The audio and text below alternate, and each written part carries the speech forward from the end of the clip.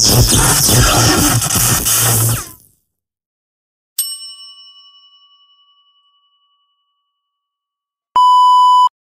الله الرحمن الرحيم يا أيها الناس كلوا مما في الأرض حلالا طيبا ولا تتبعوا خطوات الشيطان إنه لكم عدو مبين صدق الله العظيم. Kamar Rama.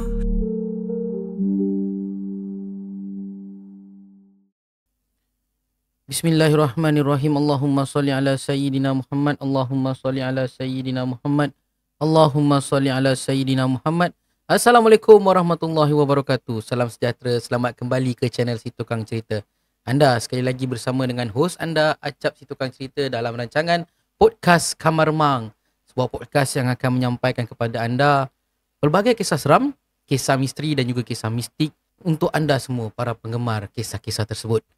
Jadi kepada anda yang dah share, dah like, dah subscribe channel Si Tukang Cerita ni, Acap ucapkan terima kasih dan Acap sangat-sangat menghargainya. Pada anda yang mungkin baru je jumpa dengan channel Si Tukang Cerita ni, Acap harap anda terhiburlah dengan konten-konten yang telah Acap sediakan untuk anda semua. Jadi kalau dah terhibur tu, janganlah lupa untuk menekan butang like, share dan subscribe tu juga.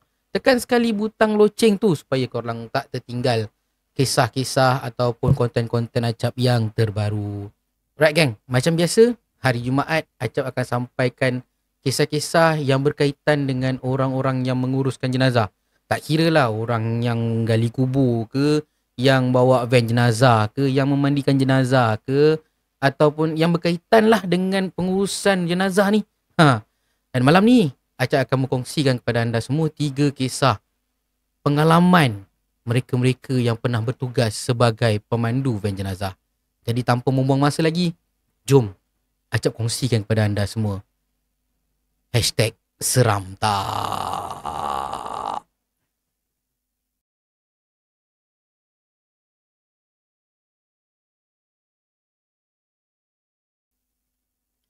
Okey, kisah yang pertama ni terjadi pada 15 Januari 2012 dan dia dikongsikan oleh seorang bekas pemandu van jenazah yang bernama Ramli Mat Isa.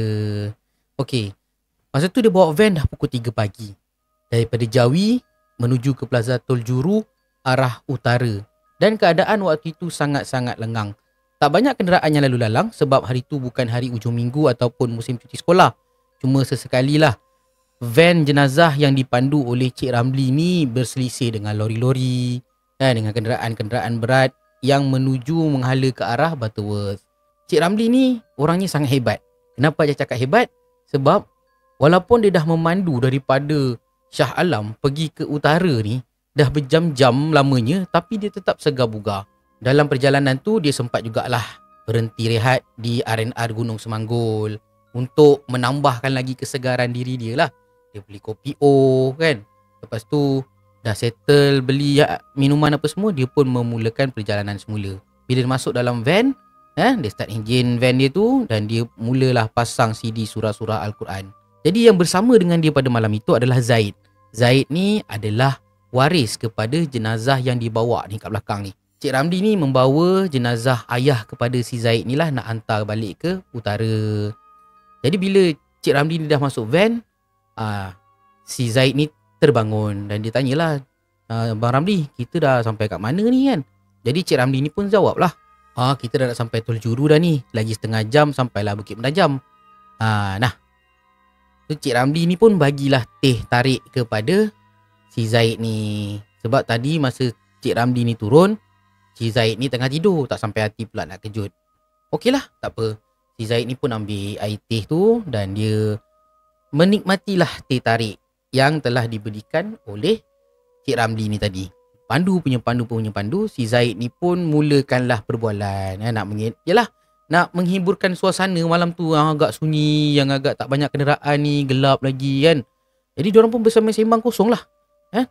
Tengah diorang sedap berborak tu geng, sampai dekat kilometer 150, tiba-tiba Cik Ramli ni dia rasa lain tau. Dia rasa van yang dipandu ni macam nak hilang kawalan. Padahal waktu tu angin tak ada, ribut tak ada, hujan pun tak ada, apa pun tak ada. Tiba-tiba van dia macam mengelepor ke kiri. Walaupun waktu tu jalan dekat highway ni, highway plus ni diorang lalu ni, jalan utara tu kan 2 lane masa tu kan, 2 lane tegak. Tapi makin lama kan dia rasa van dia tu makin lama makin ke tepi, makin ke tepi, makin ke tepi, sampailah dia melepasi lorong kecemasan tu, geng. Dan akhirnya van dia ni pergi ke tanah tu tau.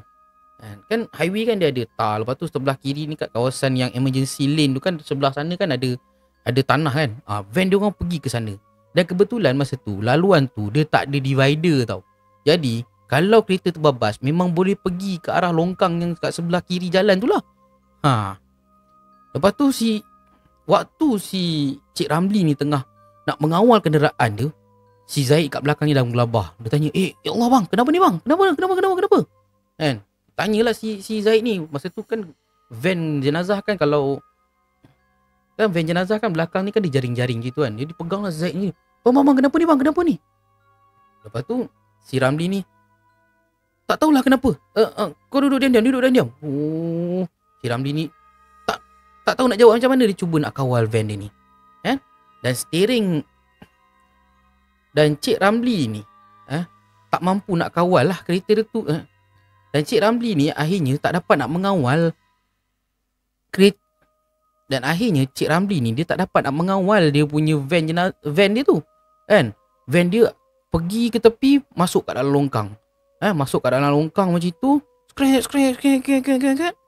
Dan lepas tu Cik Ramli ni cuba juga untuk paut steering dia ke arah kanan.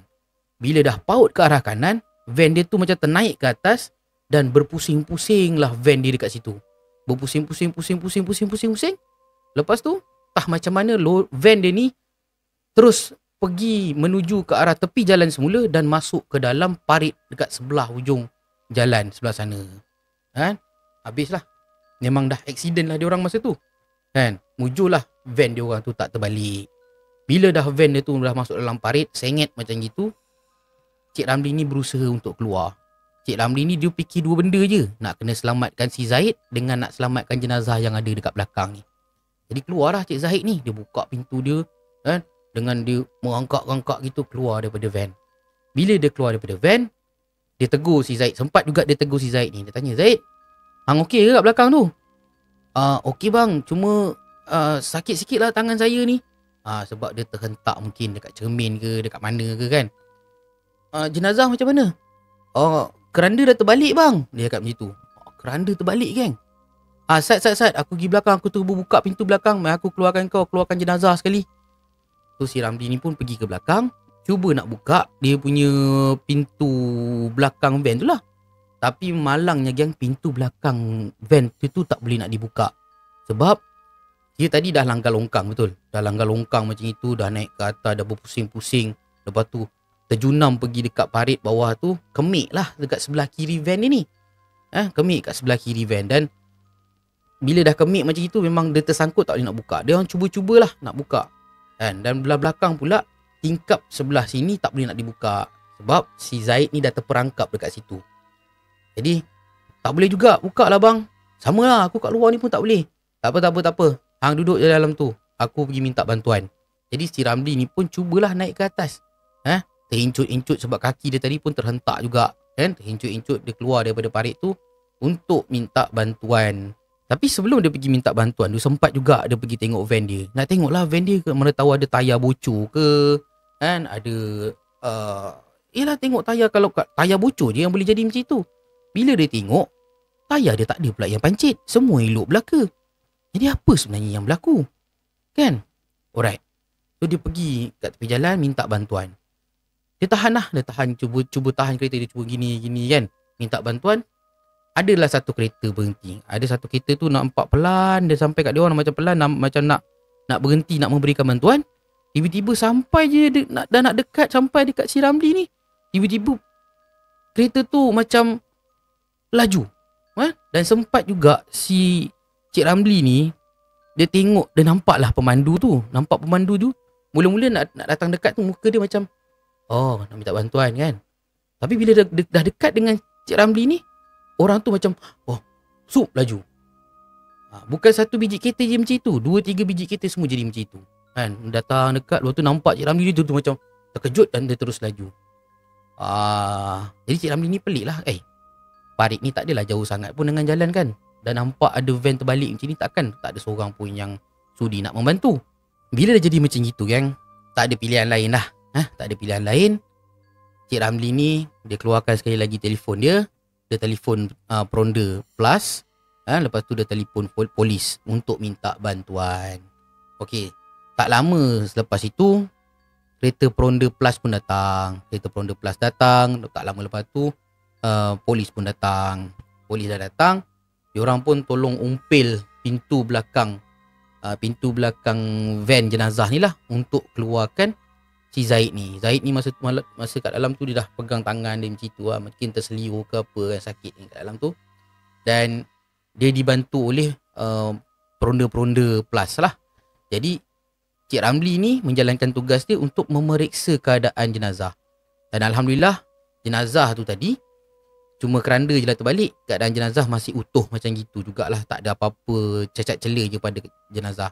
Jadi jenazah dikeluarkan, Zaid pun dah berjaya dikeluarkan. Cuma masalahnya sekarang ni dah pukul 4 pagi ni. Dah pukul 4 dekat pukul 5 pagi ni. Macam mana nak bawa jenazah? Van dah rosak kan.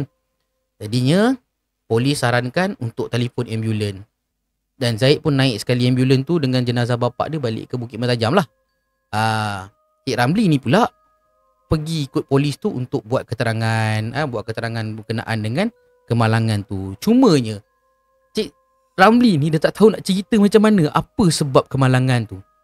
Sebab masa dia tengah memandu tu, dia tangan kiri dia ni seolah-olah macam ditarik untuk drive kereta dia tu pergi ke sebelah kiri. Itu yang menjadi persoalan kepada Cik Ramli sampai sekarang. Apa sebenarnya yang terjadi kat situ? Jadi bila dah habis buat keterangan, adalah pegawai-pegawai polis dekat situ, anggota-anggota kat situ duk melayan Cik Ramli ni. Dan ada salah seorang anggota ni bercerita, katanya dekat kawasan tempat yang Cik Ramli dengan si Zaid ni lalu, rupa-rupanya kat situ adalah memang selalu terjadi. Kat situ adalah kawasan kemalangan dan boleh dikatakan keras dekat tempat tu. Sebab apa? Dekat kawasan tu pertembungan 3 kawasan ataupun 3 tanah perkuburan kat situ. Jadinya mungkin itu laluan kepada makhluk-makhluk gaib ke apa ke, kan, kita tak tahu.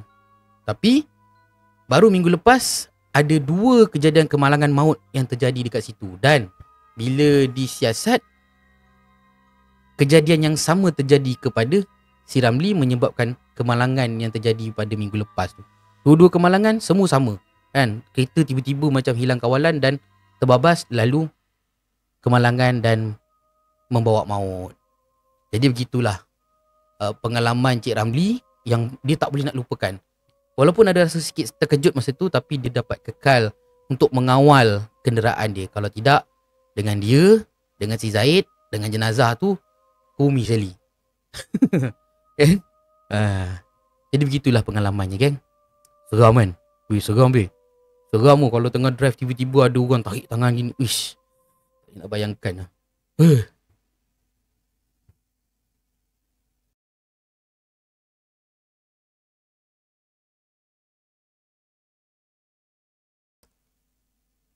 Okey kan, kisah yang kedua ni kisah yang dikongsikan oleh Encik Azman. Encik Azman ni dia memegang jawatan sebagai ahli majlis khairat dan kematian di syarikat tempat dia bertugas lah. Dan tugas dia ni biasanya akan menguruskan berkaitan dengan khairat kematian lah, pengumumian, pengantaran jenazah kan. Apa-apa yang berkaitan dengan khairat kematian dia lah yang akan uruskan.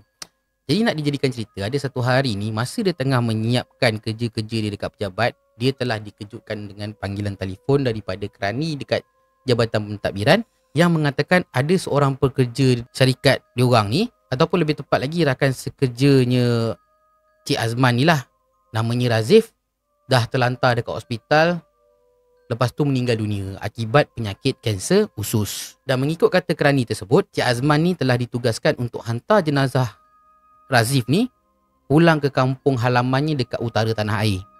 Okey. Jadi dia pun okey lah, dah memang tugas dia. Dia pun ambil alamat apa semua, ambil butir-butir waris apa, dan dia pun terus memandu daripada pejabat pergi ke Jabatan Forensik Hospital Kuala Lumpur untuk ambil jenazah. Okey. Biasanya kalau urusan bedah siasat ni selesai kan, jenazah pun dah dimandikan dan siap-siap dikapankan.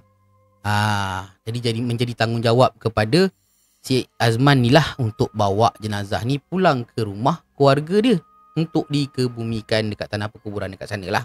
Jadi kebiasaannya Cik Azman ni bila dia dah hantar jenazah, dia akan balik. Dia tak akan tidur dekat sana sebab dia dah tahu besok dia akan cuti, dia akan rehat puas-puas dan hari seterusnya dia akan sambung bekerja lah. Selepas setengah jam dia memandu, akhirnya dia pun sampai ke Jabatan Forensik Hospital Kuala Lumpur ni. Okey, sampai-sampai dekat situ dia nampaklah rakan-rakan pejabat, saudara mara arwah ni semua dah lamai lah dekat perkarangan bilik mayat HKL ni. Okey, dipendekkan cerita geng, sekitar lebih kurang dalam pukul 4 petang gitulah baru jenazah ni dibawa keluar daripada bilik mayat dan diusung masuk ke dalam van jenazah. Lepas tu pegawai-pegawai hospital kat situ serahkan beg plastik yang berisi pakaian dan kelengkapan arwah ni lah untuk diserahkan kepada waris bila sampai dekat rumah waris nanti. Dan daripada situlah Cik Azman ni pun mula memandu van jenazahnya tu menyusuri lebuh raya ke arah utara. Dan macam biasa, Cik Azman ni bila dia dah start enjin van dia tu, dia dah start jalan, dia akan pasang lah CD ayat-ayat suci Al-Quran. Dan dia tengok, dia congak-congak balik kan, dekat mana tempat alamat waris ni. Ni agak-agak lebih kurang dalam 7 ke 8 jam lah baru dia sampai dekat destinasi tu. Dan hari tu geng, Cik Azman memandu berseorangan. Waris semua bawa kereta sendiri sebab diorang semua nak sampai sana cepat, nak uruskan perkara-perkara kat kampung pula. Biasanya yang teman Cik Azman ni Haris. Haris kawan dia lah. Tapi Haris masa tu tetap tak dapat nak teman Cik Azman sebab dia terpaksa uruskan urusan sekolah anak dia macam itulah. Tapi Cik Azman ni alah bisa tegal biasa dah. Dah biasa dah kan. Hampir 5 tahun dia bawa van jenazah, 5 tahun dia buat kerja ni, tak pernah lah dia kena ganggu apa-apa kan. Tak pernah pula lah dia terserempak dengan benda-benda pelik-pelik kan. Semua elok je. Jadi dia pun berani je lah. Cuma Cik Azman ni pun pelik lah. Stigma masyarakat katanya pemandu van jenazah ni kerjanya teruk lah kan. Nanti takut jumpa itu jumpa inilah. Padahal tak ada benda pun Cik Azman kata. Nak dijadikan cerita kan. Perjalanan pada awalnya ni memang lancar, tak ada apa-apa pun. Cuma Cik Azman ni terkandas dalam kesesakan lalu lintas hampir 2 jam dekat susu keluar menuju Bukit Beruntung disebabkan oleh kemalangan dekat situ. Jadi dia ni pun dah tengok jam dah dekat waktu maghrib kan. Dia pun carilah tempat mana nak berhenti untuk solat maghrib geng. Jadi dia pun berhenti dekat perhentian Tanjung Malim untuk menunaikan solat maghrib. Settle solat maghrib, dia pun meneruskan perjalanan. Hari dah makin gelap ni geng. Lepas maghrib kan, dah nak masuk isyak apa semua. Hari dah makin gelap dan nak hilangkan rasa bosan, dia pun telefon lah isteri dengan anak-anak dia berborak-borak. Nak hilangkan rasa bosan. Dan tak semena-mena geng, hujan mula turun dengan lebat. Waktu dia dah sampai dekat area-area sungai ni. Susu keluar ke sungai ni, hujan lebat. Dan dengan berhati-hatinya, Cik Azman ni pun memperlahankan van dia tu sebab keadaan jalan waktu tu licin. Lepas tu dengan petir, dengan kilat, dengan suasana masa tu memang tak selesa dan boleh dikatakan menyeramkan jugalah. Tengah dia memandu berhati-hati tu geng, tiba-tiba kan Cik Azman ni terkejut apabila ada satu bunyi tang dekat belakang van. Dekat belakang tempat dia letak jenazah ni. Ketekang, perang kat belakang. Jadi masa tu tengah leka bawa kereta, tiba-tiba dengar bunyi cerita, terkejut lah kan. Cik Azman ni Astaghfirullahalazim. Dan lepas tu cepat-cepatlah Cik Azman ni dia pasang hazard lamp, dia berhenti dekat laluan kecemasan. Dia berhentikan kereta dia tu, tapi Cik Azman tak keluar sebab yalah, cuaca tengah hujan. Kalau dia turun nanti risiko kena langgar ke apa ke kan nanti. Jadi Cik Azman ni pun pelan-pelan lah menjengah ke belakang untuk melihat keadaan jenazah kat belakang. Tapi bila dia tengok dekat belakang, semuanya elok je, tak ada benda pun. Kan? Habis apa benda yang berbunyi tadi? Kan? Tengok penutup keranda tu elok je. Habis apa benda yang jatuh? Jadi Cik Azman ni pun tak nak berfikir bukan-bukan, dia anggap je lah, oh mungkin lah dia lah tu barang yang jatuh kat belakang, aku tak perasan katnya. Kan? Jadi Cik Azman ni pun memulakan semula perjalanannya, kan? Masa tu hujan makin lebat, kan? Hujan makin lebat dan membataskan penglihatan Cik Azman ni. Tapi Cik Azman ni pun masih meneruskan pemanduan dengan berhati-hati. Dan telinga dia ni, dia tak nak dengar apa-apa lagi, kan? Dia khusyuk dengar alunan bacaan ayat suci Al-Quran yang terpasang dekat radio van dia ni. Baik. Kemudian Cik Azman ni pun memasuki hentian rehat Sungai Perak untuk solat Isyak. Bila dia berhentikan kenderaan je, Cik Azman ni terkejut. Dia terkejut apabila dia melihat keranda dalam keadaan dia ni dah terjatuh, dah beralih daripada kedudukan asal. Penutup keranda tu dah terbuka dan menampakkan sebahagian jenazah, sebahagian badan jenazah ni. Kan? Darah Cik Azman ni berderau, geng. Kan? Puaslah Cik Azman ni berfikir, ni macam mana ni? Padahal tadi aku tengok elok je kat belakang. Dan sepanjang perjalanan Cik Azman tu sampai dekat Sungai Perak ni, tak ada pula dia langgar lubang ke apa ke sampai menyebabkan keranda tu beralih. Pelik tau. Jadi Cik Azman ni pun memberanikan diri dia untuk buka lah van tu, kan. Buka, betulkan balik keranda tu, tutup balik penutup keranda. Tapi dia tengok jenazah semua masih okey lah, tak apalah, kan. Okey, gang. Disebabkan hujan lebat, jadi perjalanan jadi delay lah. Pukul 1 pagi, Cik Azman ni pun melalui susu keluar Lostak. Dan dia pun dah lalu susu keluar tu nak bayar tol. Jadi yang penjaga tol tu adalah seorang perempuan. Mungkin ni kejadian ni berlaku waktu sebelumnya, sebelum kita punya tol ni semua mewajibkan pembayaran menggunakan Tasenggo, kan. Tu masih ada tiket apa semua. Jadi dia pun bayar. Dia nak bayar tol. Tapi masa dia nak bayar tol tu, turun dia tingkap, penjaga tol tu kat dalam tu, budak perempuan ni yang jaga tol ni, tiba-tiba muka dia berubah, geng. Muka dia berubah, muka dia panik. Lepas tu dia cepat-cepat nak settlekan urusan ataupun transaksi pembayaran tol tu, tau. Jadi Cik Azman ni pun macam pelik lah tengok. Kenapa dia ni? Kan? Muka biasa kalau pukul 1 pagi orang yang jaga tol macam mana? Muka macam ini, kan? Masih gitu, kan? Ini tak. Dia macam muka cemas, macam jeling. Astagfirullahalazim. Macam itu. Jadi Cik Azman ni pun pelik lah. Jadi masa Cik Azman ni ambil baki duit dia, lepas tu budak perempuan yang kat dalam pondok tol tu sempat juga Cik. Sempat juga budak perempuan tu cakap macam tu. Tapi dia tak habis cakap, tau. Tapi disebabkan oleh Cik Azman ni nak cepat, nak hantar jenazah ni, dia pun apa? Kenapa? Okeylah, terima kasih. So Cik Azman ni pun meneruskan perjalanan dia. Okay? Dia pun pecut lah van dia, sampailah dekat destinasi yang nak dituju lebih kurang sejam kemudian. Bila sampai kat sana, nampaklah saudara mara semua dah tunggu ramai dekat sana. Jadi bawa turun jenazah, dah settle bawa turun jenazah apa semua. Dia pun tunggu nak balik. Cik Azman tunggu nak balik. Jadi waris ni sempat jugalah menawarkan kepada Cik Azman untuk dia bermalam dekat situ, kan. Waris cakap, ni nak dekat pukul 3 pagi lah ni Cik Azman, tidur je lah kat sini, kan. Takut nanti apa-apa jadi kat tengah jalan. Jadi Cik Azman kata tak boleh, dia kena balik juga, kan. Sebenarnya dalam hati Cik Azman ni, dia nak jumpa dengan budak yang dekat tol tadi tu, nak tanya apa benda sebenarnya yang jadi. Okey. Jadi selepas dah bersalam-salam dengan waris arwah apa semua, dia pun bergerak menuju ke tol tempat dia nak bayar tol tadi tu. So Cik Azman berhentikan van dia dekat tepi jalan, pergi dekat pondok tol. Dia cari mana budak perempuan tadi. Mujur budak perempuan tu masih ada dekat pondok tol tu, masih sedang bertugas. Tapi muka budak perempuan tu ketakutan, muka dia pucat, muka yang orang ketakutan lah, kan.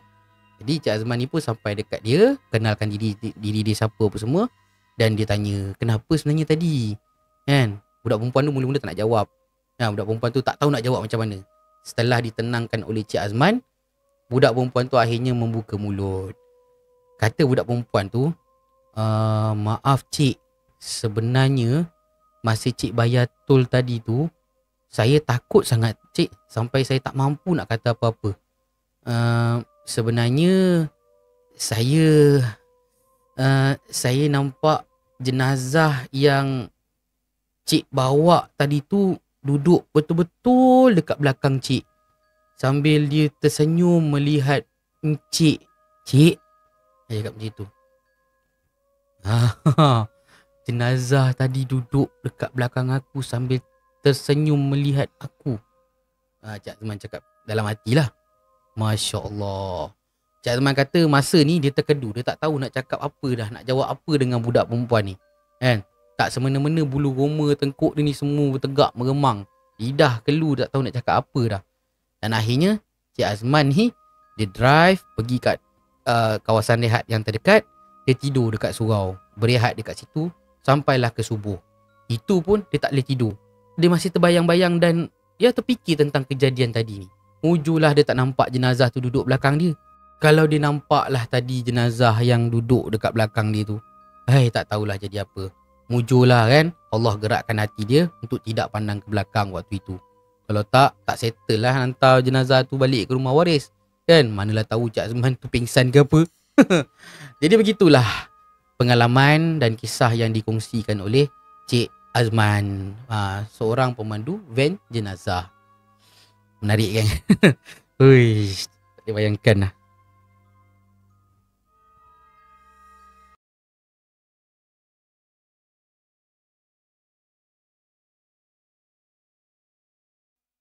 Alright gang. Kisah ni disampaikan oleh seorang yang bernama Cik Saiful. Dan kejadian yang diceritakan oleh Cik Saiful ni sekitar tahun 2015 sewaktu beliau menjadi pemandu van jenazah. Cerita dia macam ini Okey, ada satu malam pukul 11.30 malam gitulah. Saiful ni dia nak bergerak daripada Kuala Kangsar Perak ni, nak pergi ke Hospital Kuala Lumpur, nak ambil satu jenazah, nak dibawa semula balik ke Kuala Kangsar. Jadinya dia plan lah malam tu nak tidur dekat rumah abang dia. Okey. Jadi dia pun panaskan enjin van apa semua. Sambil-sambil panaskan enjin van tu, isap okok, minum kopi apa semua kan. Jadi bila temperature kenderaan dia tu dah naik sikit dan dah nampak macam stable sikit, si Saiful ni pun bergerak lah pergi ke rumah abang dia. Tak jauh pun daripada rumah si Saiful ni. Pemanduan si Saiful ni daripada kampung dia pergi ke jalan utama, kena lalu beberapa buah kampung tau. Ada kampung Padang Lalang, kampung Berala, kampung Ceh Hilir. Dan sepanjang jalan tu, suasana keliling jalan tu memang lengang. Dan lampu jalan pula masa tu malap.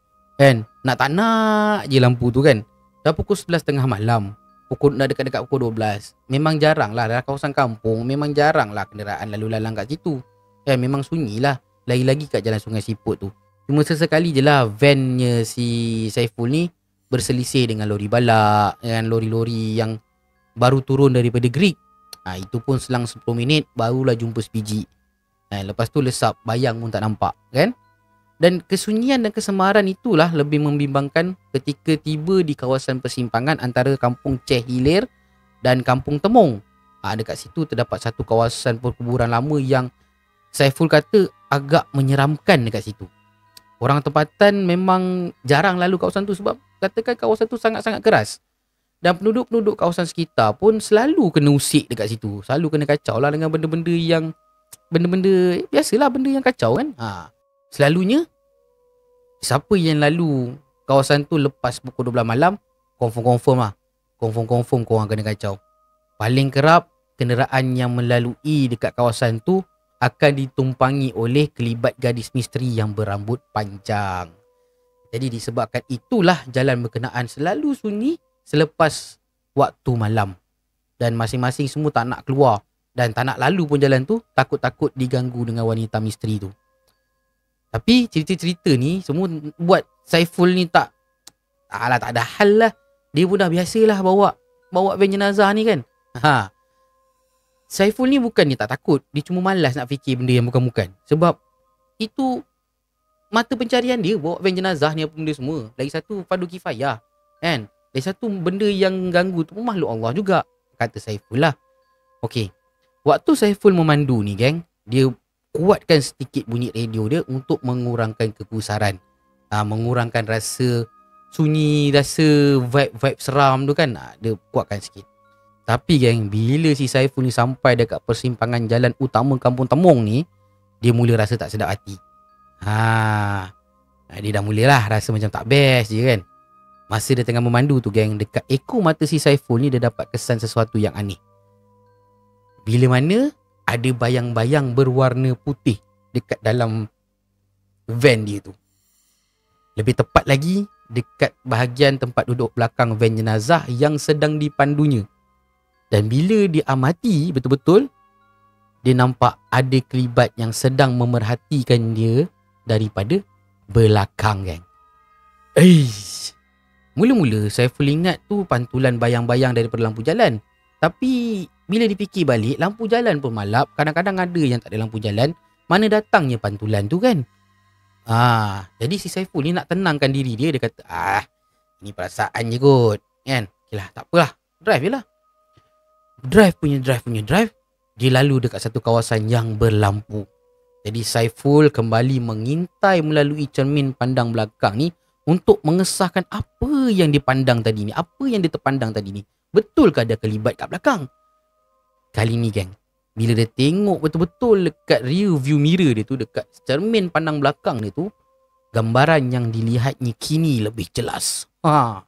Memang sah ada benda yang sedang menumpang vannya ketika itu. Dan benda tu masih tercegat dan tidak berganjak duduk dekat belakang geng.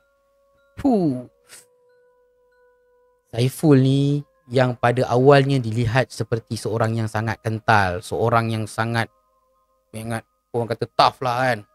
Tiba-tiba rasa seram geng. Tiba-tiba rasa menggigil pula kat situ. Dalam hatinya si Saiful ni, apa benda pula yang kat belakang ni? Pontianak ke? Pocong ke? Ke jelmaan jenazah yang pernah aku bawa ni? Kata Saiful kalau nak ikutkan hati dia, nak aja dia terjun keluar masa tu kan? Sebab dah rasa tak best dah nak drive. Ada benda kat belakang ni. Okey. Tanpa menoleh, Saiful amati bayangan tu melalui cermin pandang belakang dia ni. Dan bila diperhatikan betul-betul geng, Saiful dapati kelibat yang menumpang van dia tu adalah seorang perempuan. Wajah, kata si Saiful, muka gadis tu sangat cantik kan? Sangat cantik. Kulit dia putih mulus, mata dia macam bersinar-sinar gitu. Dan nampak muka dia tu lebih kurang macam wanita masih muda yang lebih kurang usia dia dalam 20-an begitu. Saiful kata siapa yang memandang ni pasti tertawan. Tertawan bendanya kalau dah macam itu kan. Okey. Saiful describe lagi. Describe lagi benda yang menumpang dia. Benda yang menumpang dia ni katanya tadi perempuan apa semua kan. Dan dia mengenakan pakaian serba putih seperti pakaian seorang pengantin. Rambut dia lebat, lurus, hitam berkilat kan, sampai ke bahu ni. Lepas tu dia pakai penutup kepala. Dia pakai veil lah. Veil dekat kepala warna putih. Cumanya yang peliknya kan, mana datangnya perempuan ni? Bila masanya dia naik van aku ni, kata si Saiful kan, dia bergerak daripada tadi memang tak ada orang pun dengan dia. Lepas tu dia tak ada berhenti pun kat mana-mana. Bila masa pula ada orang naik ni? Tapi Saiful terus memerhati. Okey, tak berapa lama kemudian si Saiful ni perhatikan lagi perempuan tadi tu dekat cermin pandang belakang. Kali ni geng, yang tadinya dia nampak perempuan yang cantik, mulus kan, cantik, menarik, tertarik kau memang the bomb tu, tiba-tiba kini berubah geng. Muka dia jadi pucat lesi. Rambut dia tadi yang tersisir rapi kini bertukar jadi kusut mengurai sampai ke pinggang. Lepas tu baju dia tadi, baju pengantin tu dah tukar jadi pakaian penganggah. Baju pengantin jadi pakaian penanggah. Taklah, baju yang bertukar jadi tumpang camping. Baju, yelah, jadi baju yang sangat buruk. Dan keadaan perempuan tu sangat menyedihkan geng. Jadi ni siapa pula kali ni? Tadi pengantin perempuan, yang ni apa pula? Penanggah. Perempuan kata, aduh, ni apa benda pula? Benda ni nak apa daripada aku? Saiful kata macam itu. Dan tiba-tiba secara tak semena-menanya, tadi tak ada bau apa-apa, kali ni seluruh ruang udara dekat dalam van tu bertukar jadi bau busuk kan. Bau tengik dekat dalam van tu. Jadi cepat-cepatlah Saiful buka tingkap sebab tak tahan dengan bau. Bau busuk, bau hanyir darah tau. Bau hanyir darah lah.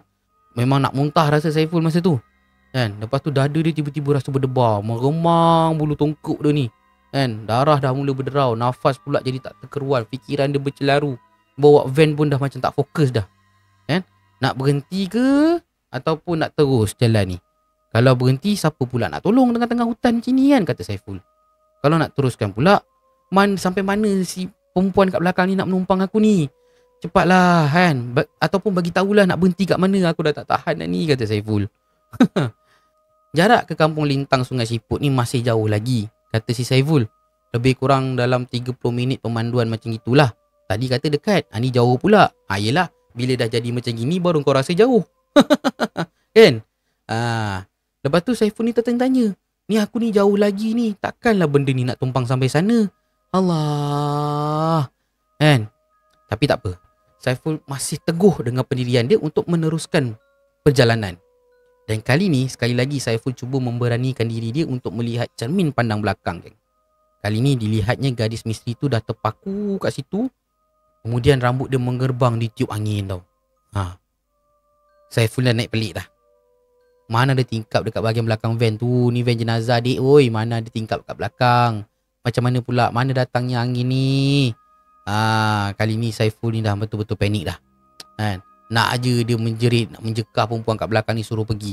Tapi si Saiful ni mulut dia seolah-olah macam terkunci dan tak berdaya nak bercakap macam itu.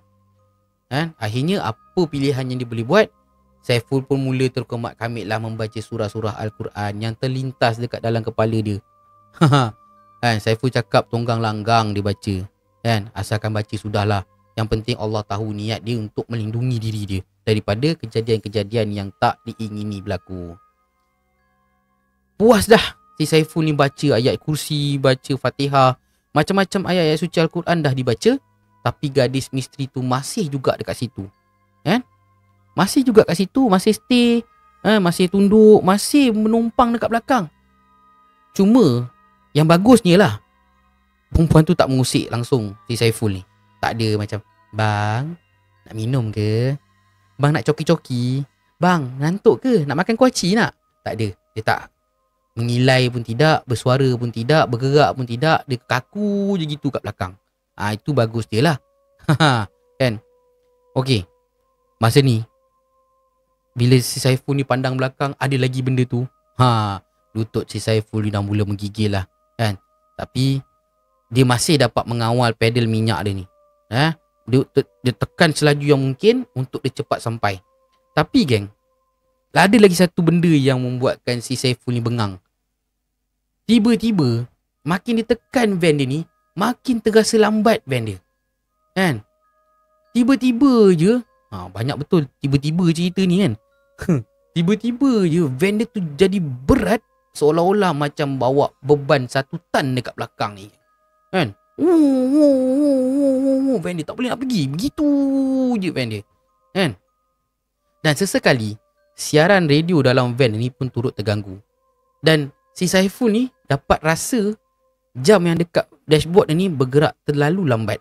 Lepas tu masa dia tengah memecutkan kenderaan dia yang tak boleh nak memecut ni, dia nampak arah batu penanda kilometer kat tepi jalan tu. Dia kata enggo 4 kilometer lagi. Tapi geng, 4 kilometer tempat yang dia nak sampai ni rasanya macam 400 kilometer. Punyalah jauh. Kan? Disebabkan ada benda yang menumpang macam inilah.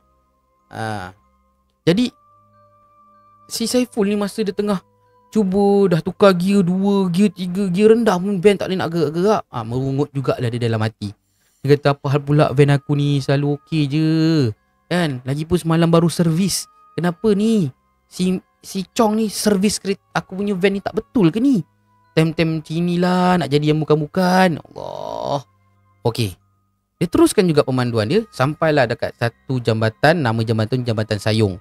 Berhampiran dengan kampung Jemuan Enggo. Sampai dekat situ, wanita yang menumpang van dia ni tadi tak semena-mena menghilang daripada pandangan dia geng. Jadi Saiful ni melihat daripada ekor mata dia, gadis tu pergi tanpa meninggalkan apa-apa pesan. Tak ada nak cakap terima kasih ke, kan? Tak ada nak cakap goodbye ke, nak cakap I love you ke, tak ada. Dia pergi gitu je. Gaib. Dia gaib, dan yang lagi best dia menembusi pintu van belakang tanpa dibuka, geng. Aduh. Nasib kau lah Abang Saiful, nasib. Allahu Akbar. Jadi masa tu, tengah memandu ni, si Saiful ni segera pandang keluar lah. Sempat juga dia pandang keluar, dia nampak kelibat perempuan yang sama berpakaian serba putih tengah turun ke arah Sungai Perak. Nak buat apa sih dekat Sungai Perak tu? Ada rumah ke kat situ? Kan? Dalam hati si Saiful ni dia tanya, gadis tu nak pergi mana? Kan? Nak pergi mana tu? Sungai tu. Apa benda yang ada kat situ? Hutan dengan sungai je. Lepas tu, yang lebih menyeramkan adalah gadis tadi bergerak melayang, geng. Kaki dia tak jejak tanah langsung. Dan tak semena-mena, geng. Van si Saiful ni tadi yang berat ni tiba-tiba lancar. Saiful ni apa lagi, pecut dah macam biasa, kan? Lepas tu bau busuk pun hilang serta-merta. Dan kini brother Saiful kita ni sedikit lega lah. Cuma lutut dia masih gigil, kan? Bimbang lah kalau perempuan tadi tu macam, alamak salah tempat, tumpang balik lah. Okey. Jadi bila dah kejadian tu semua dah reda, Saiful pun memandu macam biasa. Dan Saiful ni pun sepanjang perjalanan tu membacalah ayat-ayat suci Al-Quran. Sesekali dia menjeling jugalah ke arah cermin pandang belakang dia ni, kan. Manalah tahu kalau ada sesiapa lagi kat belakang. Tapi mujur sepanjang perjalanan tu tak ada siapa-siapa lagi yang menumpang, kan. Sampailah dia melepasi jambatan yang dah berusia 10 tahun tu. Jadi bila dah sampai rumah abang dia pun terus ajak pergi ke Kuala Lumpur nak ambil jenazah tu, kan. Sebab dia kata kalau pergi esok pagi tak sempat pula nanti. Okeylah, cuma Saiful cakap, bang kau drive lah bang. Aku macam tak berapa nak sihat lah bang nak drive malam ni. Abang dia pun okey. So abang dia drive pergi ke KL. Dan sepanjang perjalanan pergi ke KL tu, kan, si Saiful ni masih berpusing-pusing dalam kepala otak dia tu. Dia kata, siapa perempuan yang tumpang dia tadi? Ada rumah ke dekat Sungai Perak tu? Apa dia buat dekat Sungai Perak ni? Begitulah dia. Lain macam pula pengalaman brother Saiful kita ni, kan. Biasanya orang yang bawa van jenazah ni kena kacau dengan jenazah tu sendiri kat belakang, ataupun masa bawa jenazah tu lah kena ganggu. Ni belum bawa jenazah lagi dah kena ganggu. Astaghfirullahalazim. Apa-apa pun kita doakanlah supaya abang Saiful kita ni dan pemandu-pemandu van jenazah yang lain dirahmati Allah selalu, diampuni segala dosa, dan teruskanlah membuat amal kebaikan. Teruskanlah membuat perkara-perkara yang baik macam ini. Fardu kifayah ni, geng, kan. Jarang-jarang orang nak buat kerja macam ni. Jadi begitulah kisahnya.